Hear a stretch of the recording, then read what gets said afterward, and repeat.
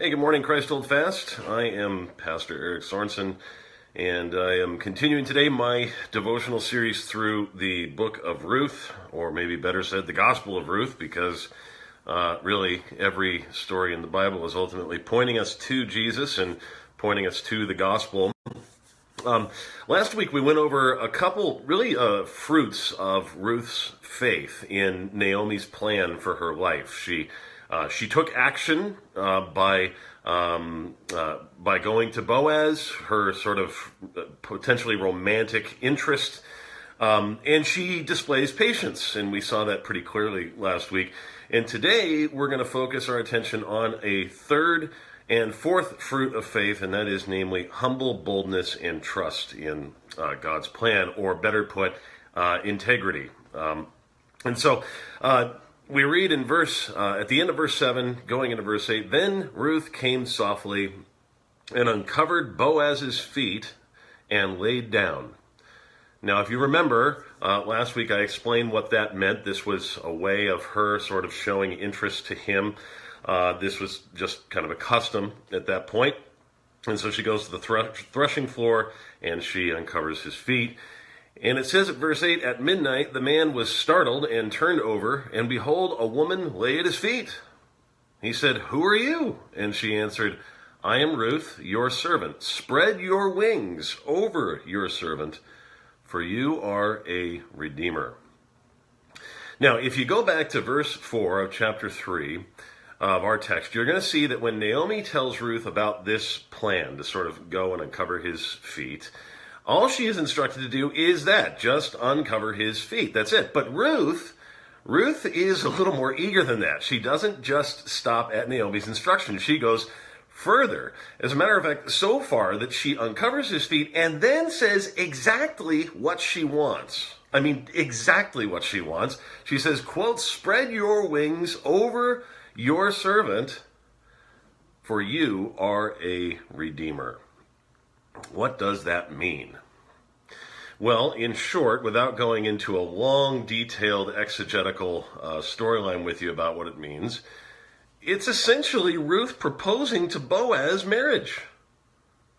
I mean, it's hard for us to understand how insanely bold this is at that time in history for a woman to propose to a man in a highly patriarchal society. But that is indeed what Ruth is doing here. Just to give you an example of why we would say that, Ezekiel 16:8 uses the same phrase of spreading the wings over someone, and it's clearly a Jewish idiom for marriage there. It says, quote, "When I passed by you again and saw you, behold, you were at the age for love, and I spread the corner of my garment." Now, those words, "corner of my garment," really meant the same thing as spread your wings over. And he continues, "I spread the corner of my garment over you and covered your nakedness. I made my vow to you and entered into a covenant with you, declares the Lord God, and you became mine." So in that passage in Ezekiel, God is declaring that he married himself to the nation of Israel, that he had taken them under his wings. So this is the humble boldness of Ruth. She's literally proposing to Boaz. And I love the picture we're given because I think it really mirrors how we are to come to the Lord as well. On the one hand, she really is about as humble as a person can be. I mean, she's laying at the feet of Boaz. It doesn't get more humble than that. And yet, she is boldly coming to the throne of grace, as it were. She's not afraid to say exactly what she wants. And so she displays, I think, what each of us are called to display in our relationship with the Lord, humble boldness. I think when it comes especially to our prayer life, we tend to be either or when it comes to our relationship to God. We're sometimes so submissive that we don't feel comfortable really asking for anything. And so our prayers basically could just be, "Thy will be done, thy will be done." And, that's a great thing to say, "Thy will be done," but it can be very fatalistic if we're not careful, because we can start to just sort of philosophize and go, "Well, what's the point? His will is going to be done anyway, so thy will be done." And you just sort of leave it there. And God is not interested in that. He wants you to actually ask. He tells us, Jesus does, to ask for anything in his name. and to, quote, boldly come to the throne of grace with our request, to persistently seek him.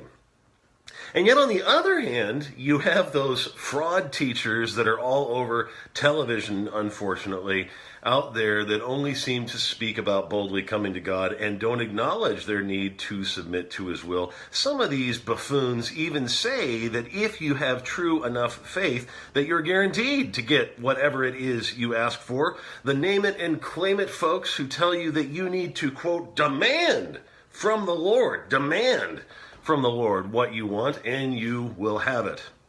Don't listen to them either.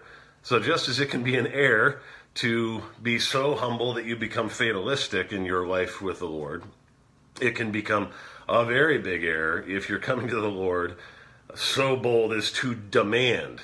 I mean, remember your place. You are his child. And I got to tell you, when my children come to me demanding, it don't work out so well. So there's a balance here of humble boldness, recognizing who we are. And so I think there's a great example of this found in the parable of the persistent widow, of sort of the balance here. It's in Luke 18, and I'll read it for us now. It says, Jesus told them a parable to the effect that they ought always to pray and not lose heart.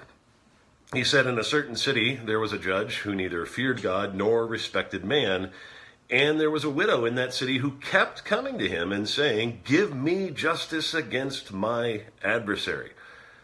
For a while he refused, but afterward he said to himself, though I neither fear God nor respect man, yet because this widow keeps bothering me, I will give her justice, so that she will not beat me down by her continual coming. This woman is nagging me to death. And the Lord said, hear what the unrighteous judge says. And will not God give justice to his elect who cry to him day and night? Will he delay long over them? It's a rhetorical question, and the answer is no. In fact, he will give justice to them speedily. So that's the picture. The woman is not trying to take over the judge's role, but she is persistently coming. She's persistently coming to him, and she's not giving up. And so there's this humble boldness that Ruth exemplifies for us. And like Ruth, she is submissive, but persistently comes to the judge with her requests, and he grants her wish. And that is how we are invited to be in our relationship with the Lord as well. And so we move on to verse 10, or towards the end of verse 10, and we hear Boaz's response. What is his response going to be to Ruth as she basically proposes marriage to him? And he said, may you be blessed by the Lord, my daughter. You have made this last kindness greater than the first, in that you have not gone after young men, whether poor or rich. And now, my daughter, do not fear. I will do for you all that you ask. For all my fellow townsmen know that you are a worthy woman. And now it is true that I am a redeemer. Yet there is a redeemer nearer than I.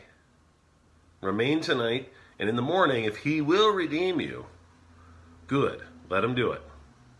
But if he's not willing to redeem you, then as the Lord lives, I will redeem you. Lie down until the morning. Well, a couple of things that we see in Boaz here. This is a pretty remarkable response. Number one, it's very clear he's interested. He wants to get together with Ruth. He likes her. He has a lot of respect for her. He says from the very beginning, this is such a great kindness of yours, and that you haven't gone after young men, which you could, and you're coming to me. You're doing the right thing. That's a beautiful thing, and he loves her. I mean, he really is drawn to her, and yet, he does not take advantage of the situation. And I just think it's important to point out that at this moment, he has all the power. He has all the power. She is literally like, take me, I'm yours. And yet he does not use that power to take advantage. But he remains pure and strives for purity and does not do anything untoward or inappropriate.